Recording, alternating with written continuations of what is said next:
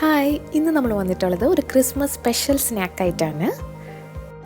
വളരെ പെട്ടെന്ന് തന്നെ ഉണ്ടാക്കാൻ പറ്റിയ ഒരു നല്ല ഫ്രൈഡ് പേസ്ട്രിയാണിത്. ഇത് കാണാൻ തന്നെ നല്ല ഭംഗിയാണ്, പുറമേ നല്ല ക്രിസ്പിയും അതേപോലെ തന്നെ ഉള്ളിൽ നല്ല സോഫ്റ്റാണ്. കഴിക്കാനായിട്ട് വളരെ നല്ല ടേസ്റ്റാണ്. അപ്പോൾ നമുക്ക് പെട്ടെന്ന് തന്നെ നമ്മുടെ റെസിപ്പിയിലേക്ക് പോവാം. ഇനി നമുക്കൊരു ബൗൾ എടുക്കാം. അതിലേക്ക് നമുക്ക് 1 കപ്പോളം മൈദ ചേർത്ത് കൊടുക്കാം. ഇനി ഇതിലേക്ക് ഒരു 1/4 കപ്പ് റവ നമുക്ക് ചേർത്ത് കൊടുക്കാം. ഒരു 1/4 കപ്പോളം പഞ്ചസാരയും കൂടെ ചേർത്ത് കൊടുക്കാം. അപ്പം മധുരത്തിൻ്റെ അളവനുസരിച്ച് കൂട്ടോ കുറയ്ക്കുകയോ ചെയ്യാം. ഇനി നമുക്കിതിലേക്ക് നെയ്യാണ് ചേർത്ത് കൊടുക്കേണ്ടത്. നമുക്ക് 2 ടേബിൾ സ്പൂൺ നെയ്യ് ചേർത്ത് കൊടുക്കാം.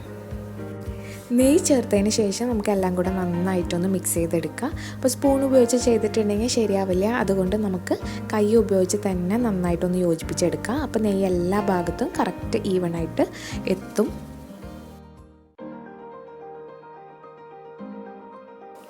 ഇനി നമുക്കിതിലേക്ക് കുറച്ച് ഉപ്പ് ചേർത്ത് കൊടുക്കുക. ഒരിത്തിരി മാത്രം ചേർത്ത് കൊടുത്താൽ മതി, കൂടാൻ പാടില്ല. അതേപോലെ തന്നെ വേറൊരു ബൗളിൽ ഒരു മുട്ട പൊട്ടിച്ചൊഴിച്ചിട്ട് അത് നന്നായിട്ടൊന്ന് അടിച്ചെടുക്കുക. ഈ അടിച്ചെടുത്ത മുട്ട നേരത്തെ നമ്മൾ റെഡിയാക്കി വെച്ചിരുന്ന മാവിലേക്ക് നമുക്ക് ഒഴിച്ചു കൊടുക്കുക.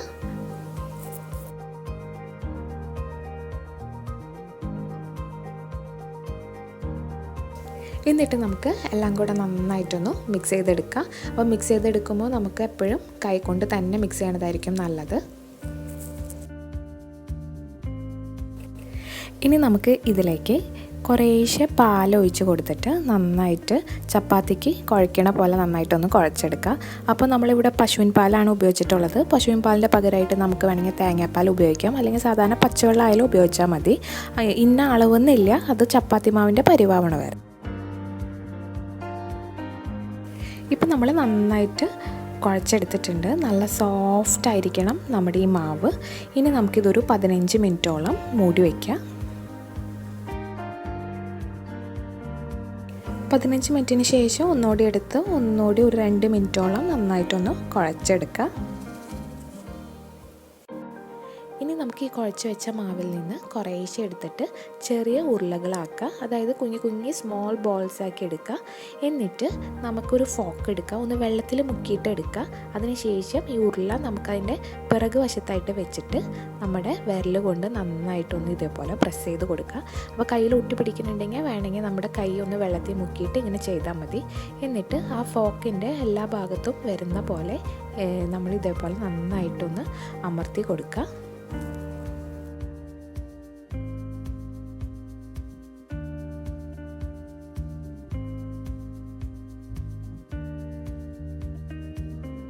എന്നിട്ട് നമ്മുടെ വിരൽ ഉപയോഗിച്ച് തന്നെ ഇതേപോലെ ഒന്ന് റോൾ ചെയ്തെടുക്കുക. അപ്പോൾ നമുക്ക് ഇതിന് ഈ ഒരു ഷേപ്പ് കിട്ടും. ഇതേപോലെ നമുക്ക് ബാക്കിയൊക്കെ റെഡിയാക്കി എടുക്കാം. ഇപ്പം ഞാൻ അതേപോലെ എല്ലാം ഷേപ്പ് ചെയ്തെടുത്തിട്ടുണ്ട്. അപ്പോൾ നമുക്ക് ഈ ഷേപ്പ് തന്നെ വേണമെന്നില്ല, നമുക്ക് ഇഷ്ടമുള്ള ഏത് ഷേപ്പിൽ വേണമെങ്കിലും നമുക്കിതാക്കിയെടുക്കാം. അതിനുശേഷം ഒരു ചട്ടി വെക്കുക. അതിൽ നമുക്ക് ഇത് വറുത്ത് കോരാൻ ആവശ്യത്തിനുള്ള വെളിച്ചെണ്ണ അതോ വേറെ ഏതെങ്കിലും ഓയിൽ ഒഴിച്ചു കൊടുക്കുക. എണ്ണ നന്നായിട്ട് ചൂടാക്കുമ്പോൾ നമുക്കതിലേക്ക് ഓരോന്നായിട്ട് ഇട്ട് കൊടുക്കുക. എണ്ണ നന്നായിട്ട് ചൂടായതിന് ശേഷം ഒരു ലോ ടു മീഡിയം ഫ്ലെയിമിൽ ഇട്ടിട്ട് വേണം നമ്മൾ ഇത് വറുത്ത് കോരാനായിട്ട്. അല്ലെങ്കിൽ പുറം നല്ല ഒരു ഗോൾഡൻ ബ്രൗൺ കളറാവും, ഉള്ളിൽ വേവാതെ ആവും. അതുകൊണ്ട് തന്നെ ഒരു ലോ ടു മീഡിയം ഫ്ലെയിമിൽ ഇട്ടിട്ട് വേണം ഇത് ഫ്രൈ ചെയ്തെടുക്കാനായിട്ട്. എന്നിട്ട് നമുക്കൊരു അരിപ്പക്കയിലോ എന്തെങ്കിലും ഉപയോഗിച്ചിട്ട് ഇതേപോലെ നമുക്ക് ഒന്ന് ഇടയ്ക്കിടയ്ക്ക് ഇതേപോലെ ഒന്ന് ഇളക്കി കൊടുക്കാം.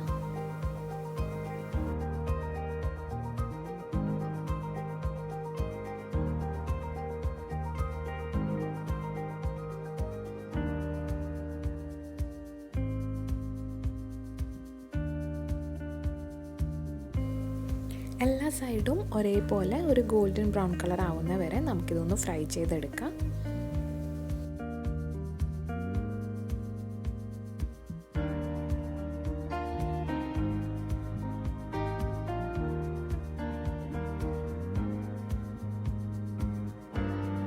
ഇപ്പോൾ എല്ലാം നല്ലൊരു ഗോൾഡൻ ബ്രൗൺ കളറായി കിട്ടിയിട്ടുണ്ട്. ഇനി നമുക്ക് ഇത് എണ്ണയിൽ നിന്ന് എടുത്തിട്ട് ഒരു കിച്ചൺ ടിഷ്യൂലേക്ക് നമുക്ക് ഇട്ട് കൊടുക്കാം.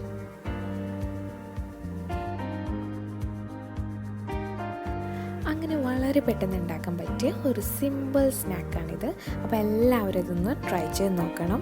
കുട്ടികൾക്കായാലും മുതിർന്നവർക്കായാലും ഒക്കെ ഭയങ്കര ഇഷ്ടമാവും, അത്രയും നല്ല ടേസ്റ്റാണ്.